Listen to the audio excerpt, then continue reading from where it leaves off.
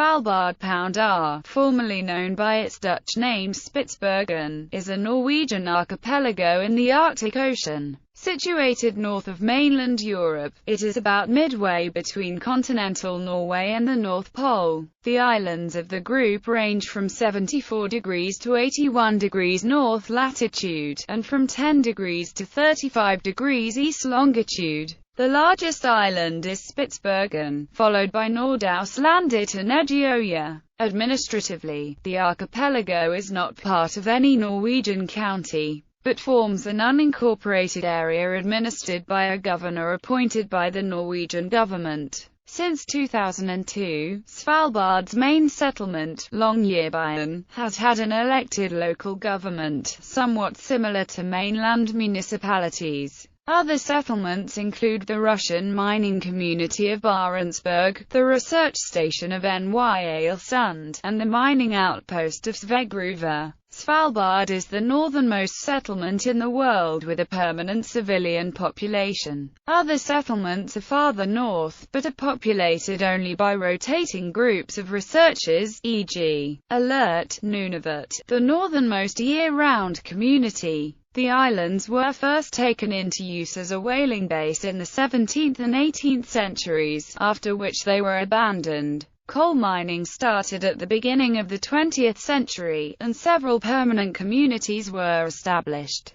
The Svalbard Treaty of 1920 recognizes Norwegian sovereignty, and the 1925 Svalbard Act made Svalbard a full part of the Kingdom of Norway. They also established Svalbard as a free economic zone and a demilitarized zone. The Norwegian Store Norsk and the Russian Arctic remain the only mining companies in place. Research and tourism have become important supplementary industries, with the University Center in Svalbard and the Svalbard Global Seed Vault playing critical roles. No roads connect the settlements. Instead, snowmobiles, aircraft and boats serve intercommunity transport.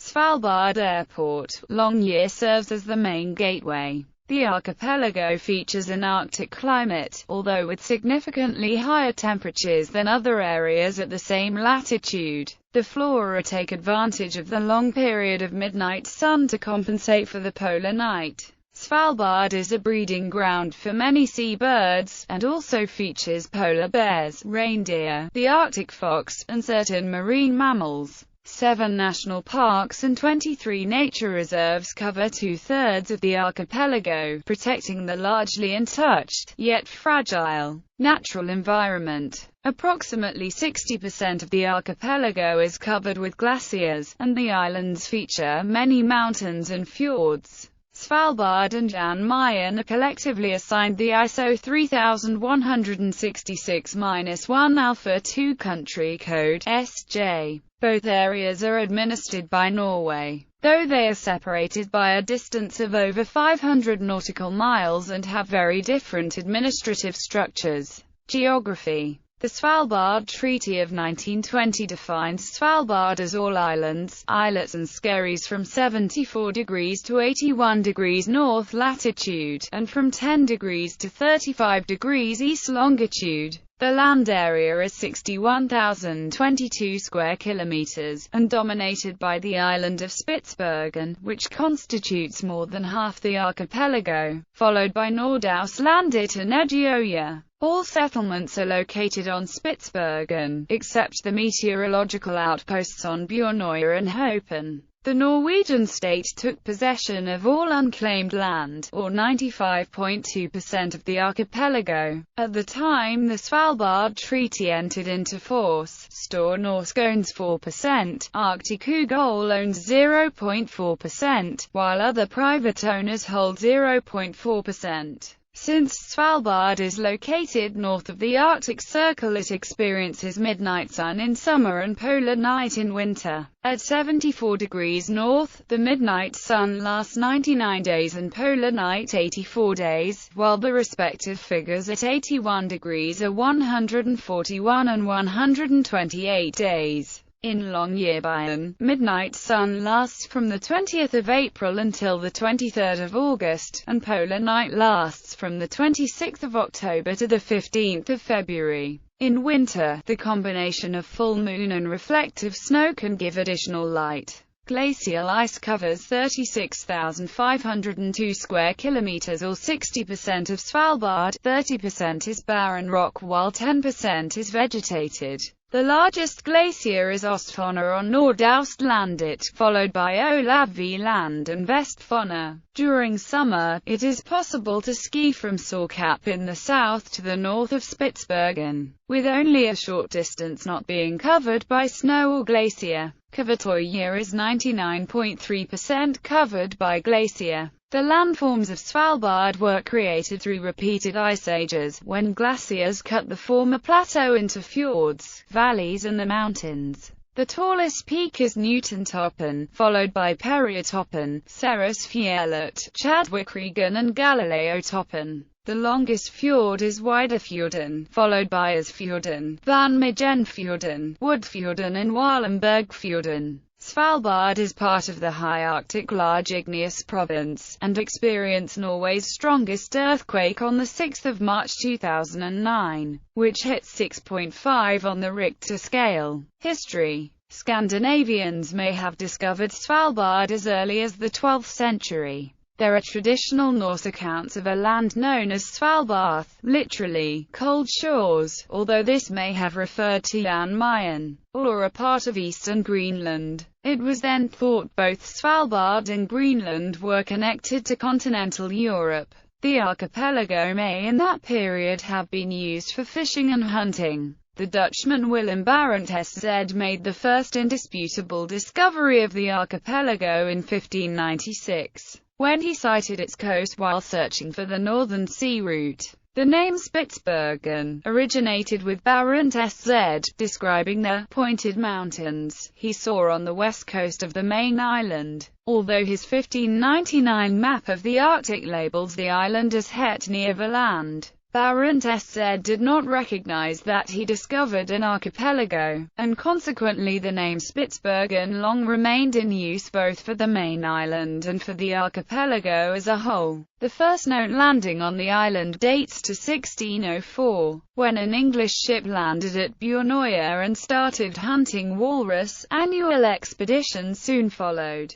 and Spitsbergen became a base for hunting the bowhead whale from 1611. Because of the lawless nature of the area, English, Danish, Dutch, and French companies and authorities tried to use force to keep out other countries' fleets. Smeerenburg was one of the first settlements, established by the Dutch in 1619. Smaller bases were also built by the English, Danish and French. At first the outposts were merely summer camps, but from the early 1630s, a few individuals started to overwinter. Whaling at Spitsbergen lasted until the 1820s, when the Dutch, British and Danish whalers moved elsewhere in the Arctic. By the late 17th century, Russian hunters arrived. They overwintered to a greater extent in hunted land mammals such as the polar bear and fox. After British raids into the Barents Sea in 1809, Russian activity on Svalbard diminished, and ceased by the 1820s. Norwegian hunting, mostly for walrus, started in the 1790s, but was abandoned about the same time as the Russians left. Whaling continued around Spitsbergen until the 1830s, and around Bjørnøya until the 1860s.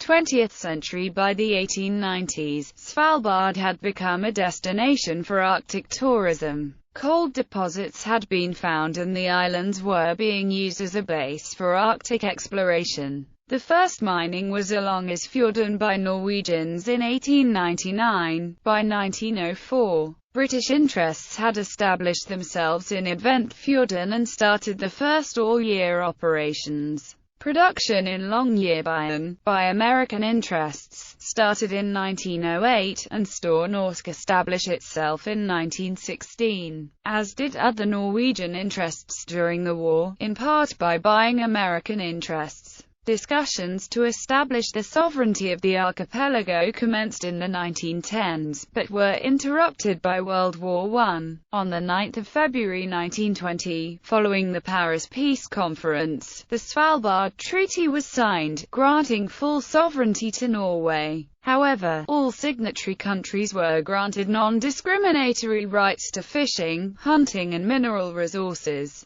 The treaty took effect on 14 August 1925, at the same time as the Svalbard Act regulated the archipelago, and the first governor, Johannes Gerkensbissu, took office. The archipelago has traditionally been known as Spitsbergen, and the main island as West Spitsbergen. From the 1920s, Norway renamed the archipelago Svalbard, and the main island became Spitsbergen. Kavapoya, Konkalsland, Hopen and Bjornoya were not regarded as part of the Spitsbergen archipelago. Russians have traditionally called the archipelago Grumant. The Soviet Union retained the name Spitsbergen to support undocumented claims that Russians were the first to discover the island. In 1928, Italian explorer Umberto Nobile and the crew of the airship Italia crashed on the ice pack off the coast of Foyne Island. The subsequent rescue attempts were covered extensively in the press, and Svalbard received short-lived fame as a result. Second World War. In 1941, Operation Gauntlet, all Norwegian and Soviet settlements on Svalbard were evacuated, and a German presence was established with a meteorological outpost, although a small Norwegian garrison was kept on Spitsbergen. In September 1944, together with the supply ship Carl J. Bush, the submarine U-307 transported the men of Operation Howdagen to Svalbard. Operation Howdagen was the name of a German operation during the Second World War to establish meteorological stations on Svalbard. The station was active from 9 September 1944 to 4 September 1945. It lost radio contact in May 1945, and the soldiers were capable of asking for support only in August 1945. On 4 September 1945, the soldiers were picked up by a Norwegian seal hunting vessel and surrendered to its captain.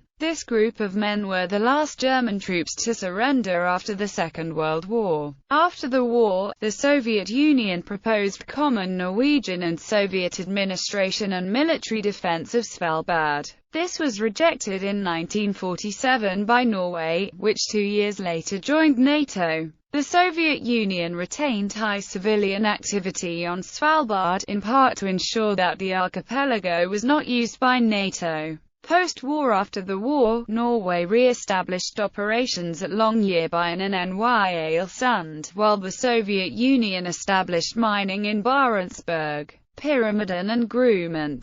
The mine at Ny-Ålesund had several fatal accidents, killing 71 people while it was in operation from 1945 to 1954 and from 1960 to 1963. The Kings Bay Affair, caused by the 1962 accident killing 21 workers, forced Gerhardson's third cabinet to withdraw. From 1964, Ny-Ålesund became a research outpost, and a facility for the European Space Research Organization. Petroleum test drilling was started in 1963 and continued until 1984, but no commercially viable fields were found. From 1960, regular charter flights were made from the mainland to a field at Hotel Naret. In 1975, Svalbard Airport, Longyear opened, allowing year-round services. During the Cold War, the Soviet Union retained about two-thirds of the population on the islands, with the archipelago's population slightly under 4,000. Russian activity has diminished considerably since then, falling from 2,500 to 450 people from 1990 to 2010. Grumant was closed after it was depleted in 1962. Pyramiden was closed in 1998. Coal exports from Barentsburg ceased in 2006 because of a fire, but resumed in 2010.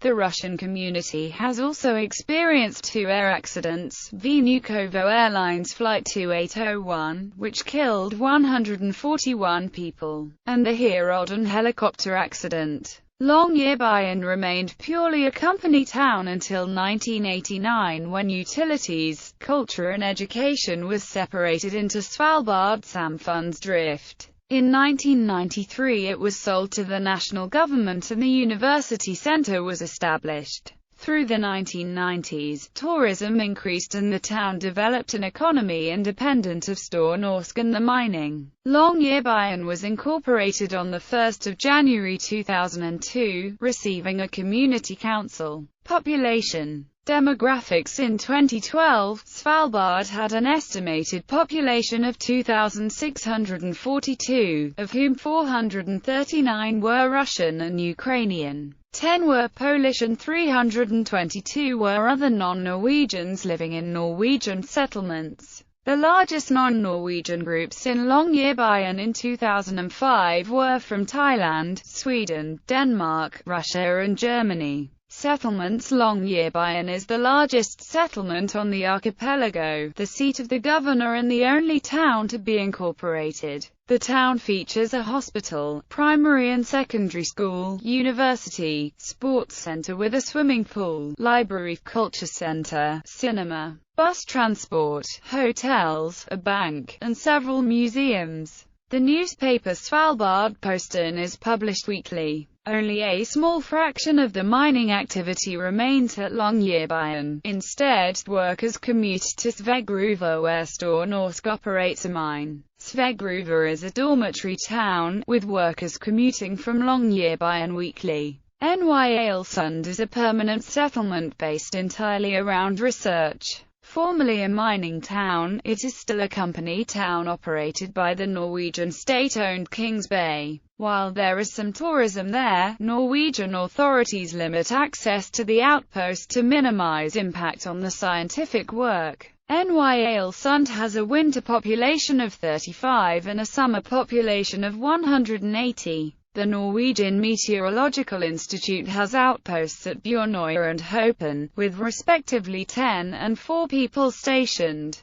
Both outposts can also house temporary research staff. Poland operates the Polish Polar Station at Hornsund, with 10 permanent residents. Barentsburg is the only permanently inhabited Russian settlement after Pyramiden was abandoned in 1998. It is a company town. All facilities are owned by Arctic, which operates a coal mine. In addition to the mining facilities, Arctic has opened a hotel and souvenir shop, catering for tourists taking day trips or hikes from Longyearbyen. The village features facilities such as a school, library, sports center, community center, swimming pool, farm and greenhouse. Pyramiden features similar facilities. Both are built in typical post-World War II Soviet architectural and planning style and contain the world's 2 most northerly Lenin statues and other socialist realism artwork. As of 2013, update, a handful of workers are stationed in the largely abandoned Pyramiden to maintain the infrastructure and run the hotel, which has been reopened for tourists.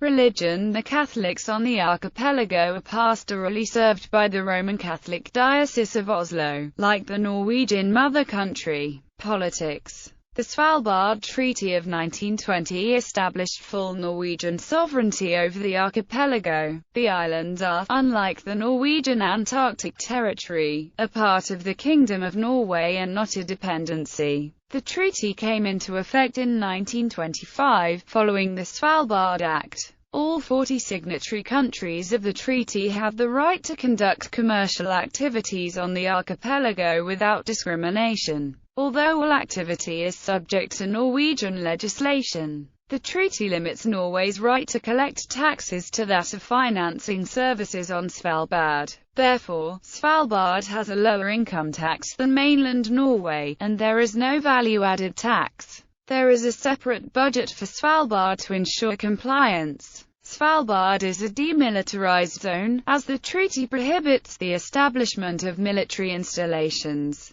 Norwegian military activity is limited to fishery surveillance by the Norwegian Coast Guard, as the treaty requires Norway to protect the natural environment. The Svalbard Act established the institution of the Governor of Svalbard, who holds the responsibility as both county governor and chief of police, as well as holding other authority granted from the executive branch. Duties include environmental policy, family law, law enforcement, search and rescue, tourism management, information services, contact with foreign settlements, and judge in some areas of maritime inquiries and judicial examinations, albeit never in the same cases as acting as police. Since 2009, Odd Olsen Ingero has been governor. He is assisted by a staff of 26 professionals. The institution is subordinate to the Ministry of Justice and the police, but reports to other ministries in matters within the portfolio. Since 2002, Longyearbyen Community Council has had many of the same responsibilities of a municipality, including utilities, education, cultural facilities, fire department, roads and ports.